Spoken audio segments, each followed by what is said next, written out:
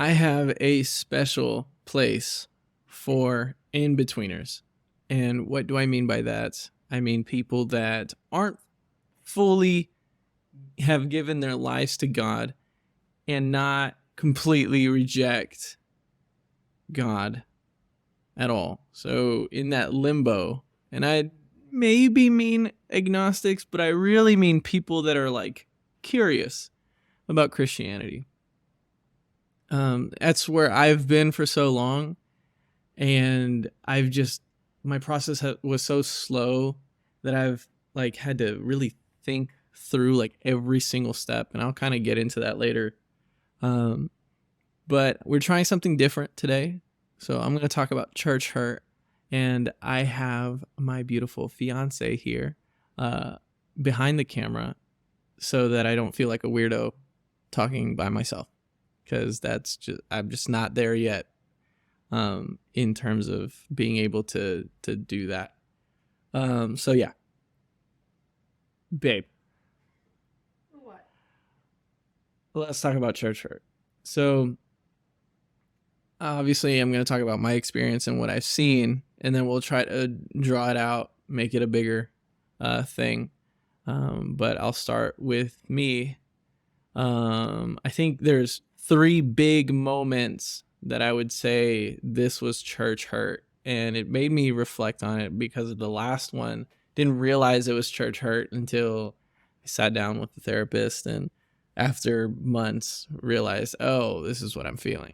And so let's back up to the first time. And so the first time had to have been really like a theological uh, church hurt, in the sense that I was taught and raised uh, to think of God a certain way and to be Christian in a certain way. And I think a lot of us can what do you call it?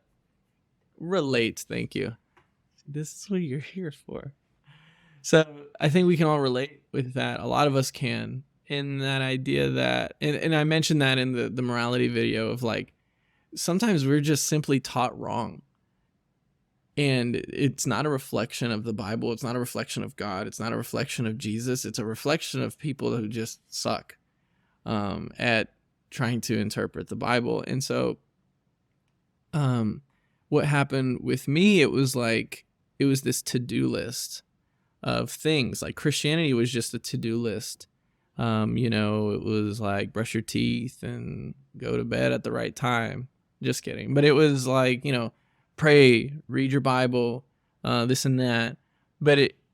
Which is like things that we talk about, but it was just such a, like, the action and the doing comes before the heart and comes before just like the relationship with God. It's like, oh, it's not even fake it till you make it. It's hard because like in retrospect, having kind of a healthier mindset about it and seeing that environment kind of change, it's hard to think about. But I remember like in high school, for example, I thought I loved soccer, and I thought I was going to be a soccer player, and I devoted my high school career to soccer. And I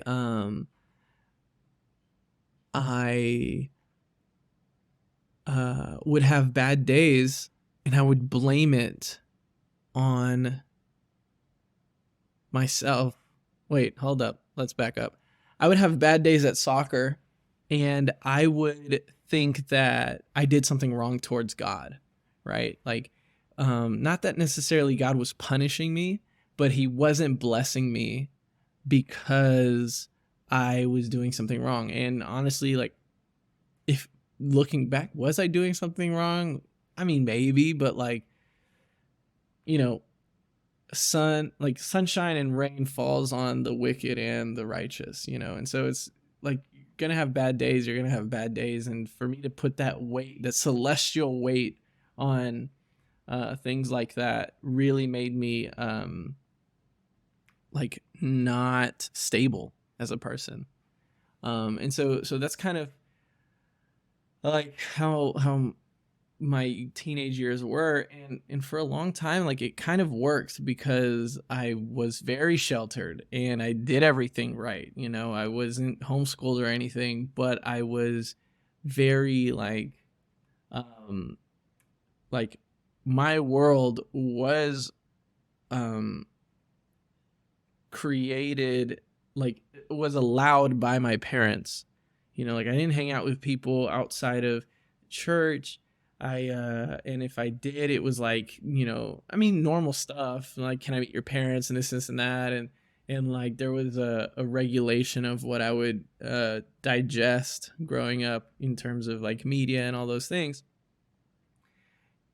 And so like I was just, I was a goody two shoes until honestly I started just I guess dabbling in women. Honestly, girls thought I was cute, and it's a past life, babe. But and I like the attention.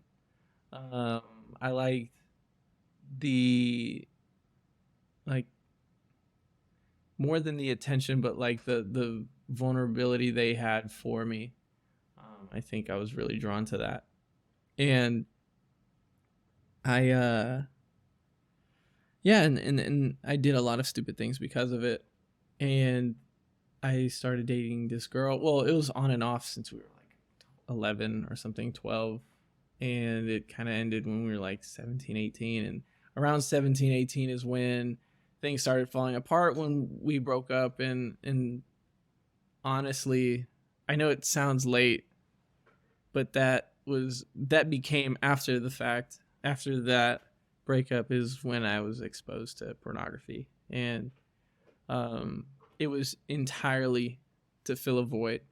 It was purely to um, uh, feed this emotional thing that I felt like I needed, and it was bad. It was real bad, and I remember in that moment is when there was a huge, huge, huge, like, chasm between me and the theology that I understood. It was just hard, and I started hating God, the church, myself, started hating a lot of just everything, and I couldn't get past it. Um there was no hope, and there was no other direction to go in. I didn't know what to do, and I couldn't do it by my strength, and I knew that. Um More than being impulsive, I'm like carried by my emotions, and all of my emotions told me like this is what keeps you safe. And so yeah, there were awful times. And granted, my dad's in a better place, our relationship's in a better place, but I remember one time, like, it was like it was bad, right? Like every day, hours at a time, whatever the case was. But when I was so like ready to give it up, and there were like, I would go 2, 3 days without it and be like, oh, wow, I'm winning. And then I'd fall to it or whatever. One of the days that I was like not doing that, my dad barges in into the bathroom, and he's like, I know what you're doing. Flushing it down isn't gonna change anything. Da da da. And I was like, dang, like, you're a jerk, you know. And again, like, me and my dad are good, but yeah, like that's just the world that I was in at that moment. And that led to me having to figure something new out, and that's when I actually saw I think his, I don't want to butcher it. I think it's Jeremy Bethke. I keep saying Jeffrey Bethke, but I'm sure it's Jeremy Bethke. but his spoken word on why I love Jesus but hate religion. And that was an eye opener, and that changed a lot. And so what happened from then is, okay, well, if this Jesus person is different than what I've been taught, I have to read about this Jesus person. And so I was definitely burned by the church, definitely carried a lot of church hurt, but I had hope that the Bible would be different. The thing is that when I started reading the Bible, it became a challenge of like, I'm going to prove everyone wrong because everyone sucks at the Bible. And honestly, I think I have a little bit of that even to this day. But at the time, I was like raging. Like, no one knows the Bible. I hate all of you. I'm going to embarrass you guys because you suck at like deciphering, interpreting the Bible. And that became kind of my haven, was trying to prove people wrong, which is an awful thing, but that's ultimately what it came to. I guess what happens when you try to react to trauma is you swing the other way, right? Oh man, I almost went political there for a second. I'm not going to. But I went into this theology of like hyper grace, of like, God, if God has died for all of my sins, I'm just going to live my life and experience the love and joy of God. Cool. And then there was a bunch of like, when I went to college, I was super alone because I was like, oh, I'm going to college, I'm going to party, all this and that. But I couldn't because I didn't know how to find parties, and I didn't know how to really like just how do you start that conversation? It's like, oh, hey, you look like you drink and do drugs. Is there a party this weekend? You can't do that. I mean, I don't know. Maybe that's how people meet each other. That's not how, or like, it's like, hey, anyone who sells, which I guess people do, but that's just like, that just comes off as like addict, yeah. So I was purely alone for like a month and a half of being in college, and I was told about a church, and she was like, hey, this church is completely different. It changed my mind about what church looks like and this and that. You should go, you'll love it. And I was like, well, and then I've been sitting on that, but then, 6 weeks of isolation, pure isolation. I'd lay in my bed, stare at the ceiling and think. And, I guess that's why my grades were so good for such a long time. But I then just went to the church and I was like, hey, yeah, like I've read the New Testament like 20 plus times and this and that and whatever. And I remember just going through a bunch of stuff. Okay, cool. Let's fast forward 3 or 4 years, maybe even 4 years, where I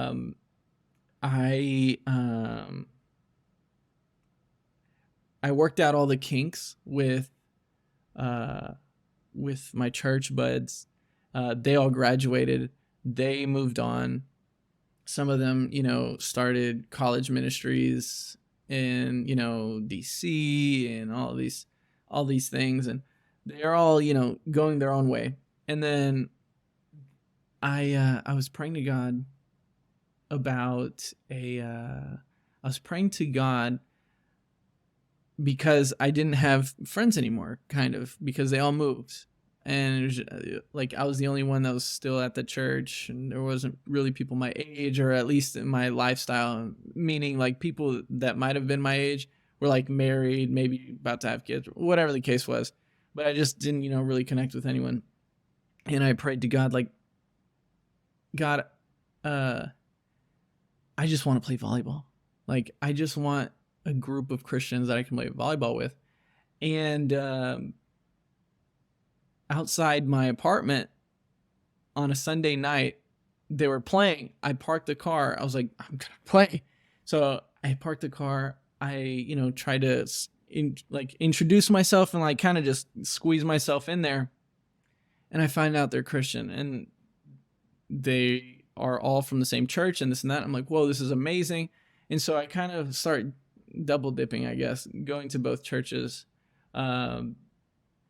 because like I now have a Christian social life, right? Well, until this point, I've, had my issues still with, girls and all that. I had in my head, like, I was just never for these 3-4 years, I was never attracted to Christian women because they're like, retrospect, still had a dirty mind, my mind wasn't right, but also like there is this toxicity surrounding sex and that conversation within the Christian community, like just unhealthy talks of it, like, don't even talk about it, don't look at it, don't, touch it, don't whatever. Like that's a thing that only appears in marriage and this and that. And I guess I'm trying to portray like what the bad, I'm really bad at this, but I'm trying to portray what the bad perspective or whatever the case may be about it. But there just isn't that conversation of like, hey, look, sex is great, but it's reserved for marriage in the same way that fire is reserved in a house within the fireplace, right? Like there is that a special place for it. And when it's in that special place, it does all the good things. When it's outside of that, it's very destructive, can cause a house fire, right? And so there just wasn't really that conversation. And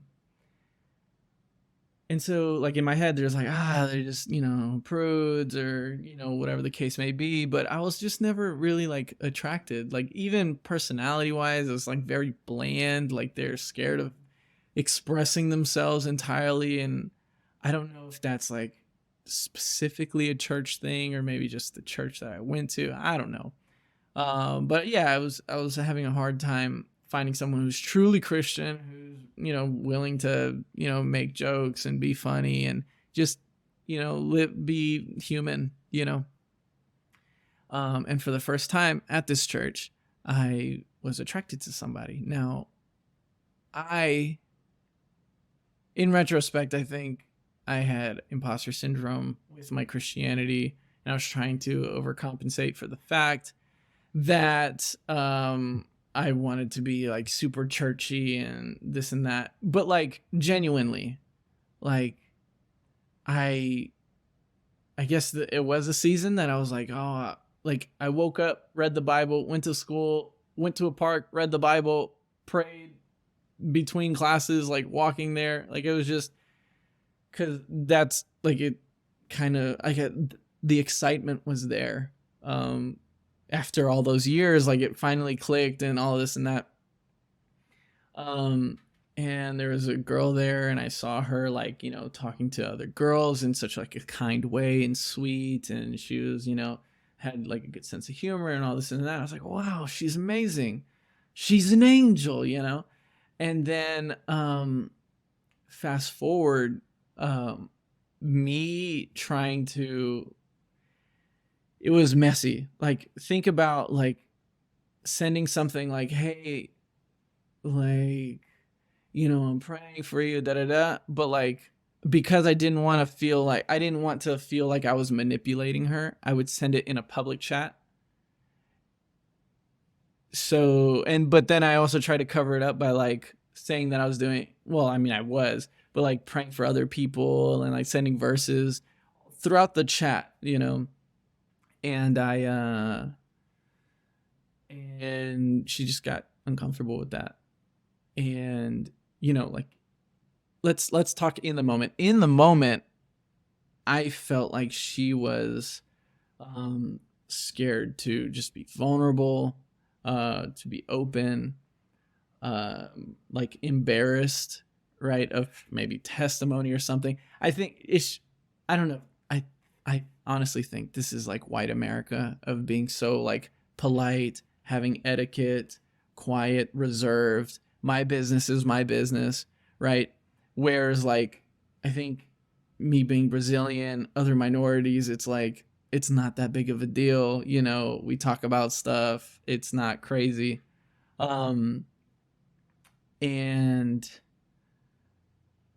yeah, and some things are just not secret, right? Like we all have trauma. We all have, father issues, mother issues. So it's not like it's not a secret when, you react a crazy way and it's like obviously rooted in familial things. But either way, it almost, so me trying not to be manipulative and all that stuff backfired, because then she thought I was being manipulative and all that. And she told her pastor she was not comfortable with me at all.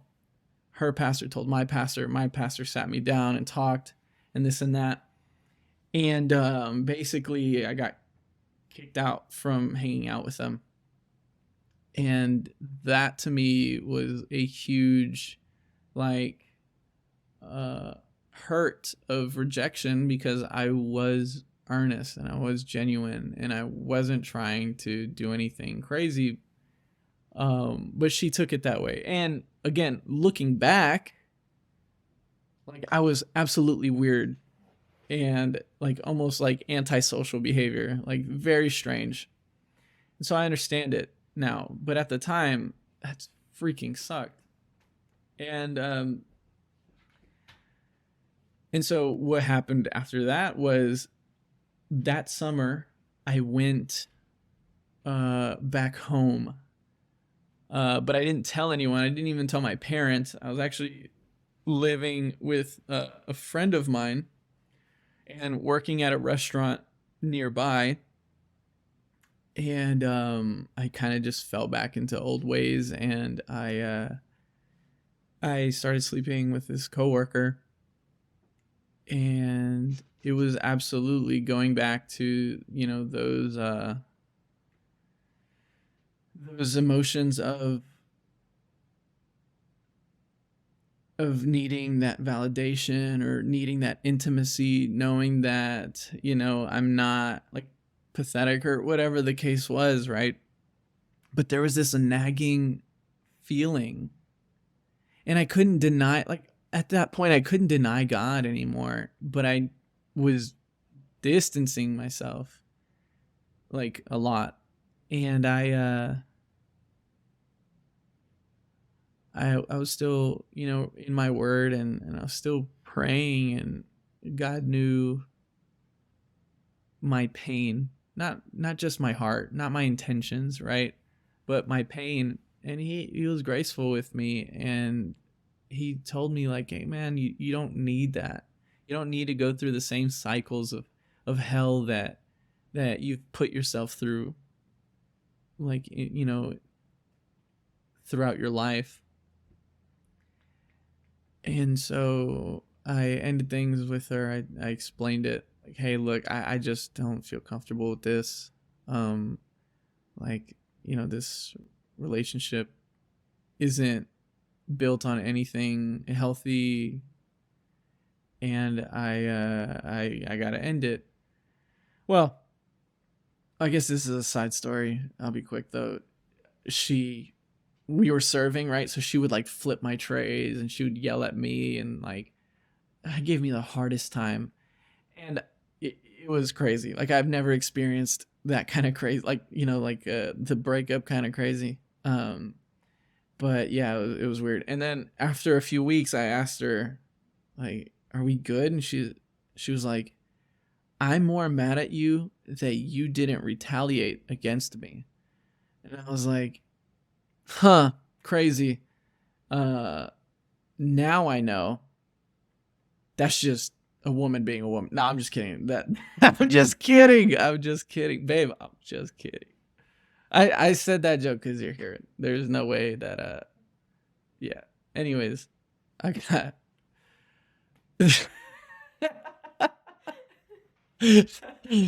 woo. Cut that out. Nah, I can't.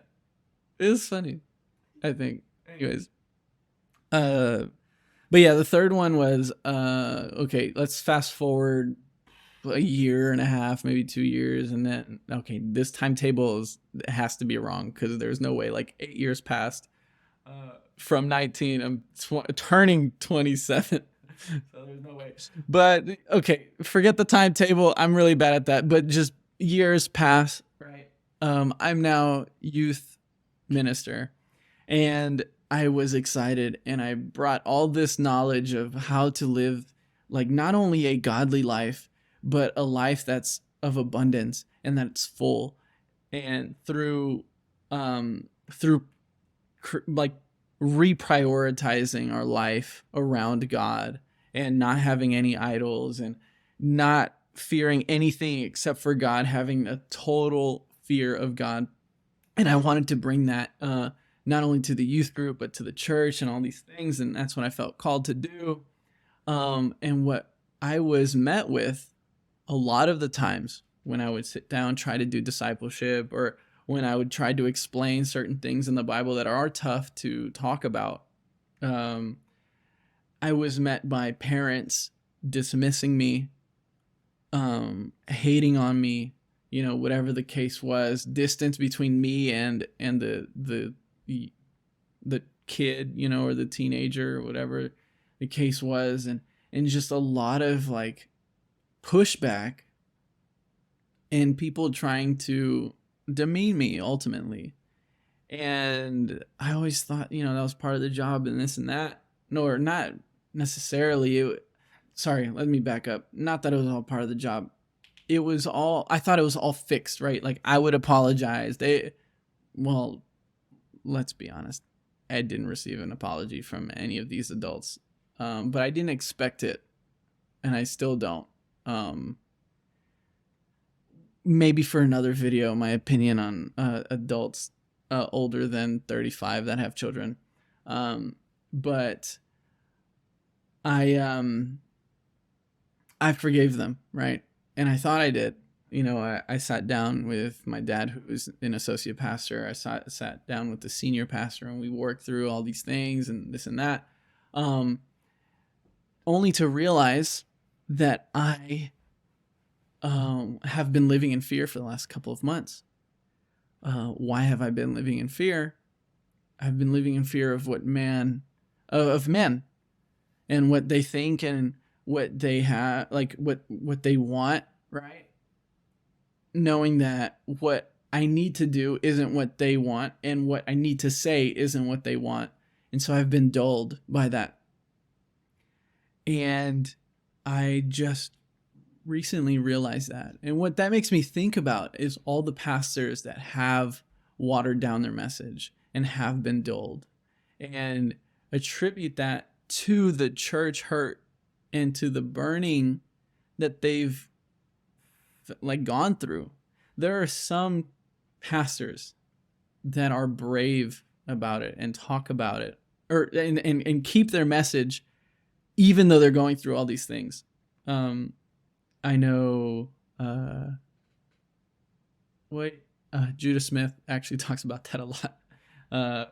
It's sweet the way he talks about it, and I was like, you guys are mean, You're like, very jokingly, which I think softens the blow, but honestly, like, he could just go on a whole rant if he wanted to, and I think no, he shouldn't. I think he's doing his job. But Matt Brown talking about the same things, and him keeping the message, which brings me to the point of like, church hurt doesn't excuse the dulling of our ministry, and it does hurt, and that's what therapy is for, and that's what counseling is for. And I needed, like, if you think there's a pastor that waters down their message or whatever the case, maybe that's what it is. Maybe that's what they've gone through. And so have grace with them as they try to navigate through that.